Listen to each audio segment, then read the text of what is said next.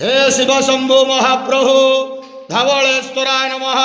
दीपं यदि परं ब्रह्म दीपं यदि जनार्दनः दीपहरतु मे पापो पूजा दीप नमस्तुते। धवलेश्वर महाप्रभु संसार सुखी रखंतु। आज शुभ शनिवार रे समस्त श्रद्धालु भक्त मान को आशीर्वाद करंतु। मनस्कामना पूर्ण करंतु। कर्म क्षेत्र उन्नति करंतु। ग्रहरिष्ट खंडन करंतु। जगतर मंगल करंतु। विश्वर कल्याण करंतु। आपणकर नाम प्रकाश करंतु। सेवकर डाक श्रवण करंतु। महाप्रभु धवलेश्वराय नमो नमः।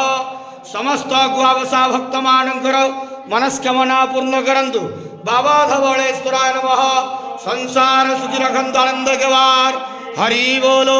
आज शुभ शनिवार रे समस्त श्रद्धालु भक्त मान को आशीर्वाद करंतु आनंद केवार हरि बोलो।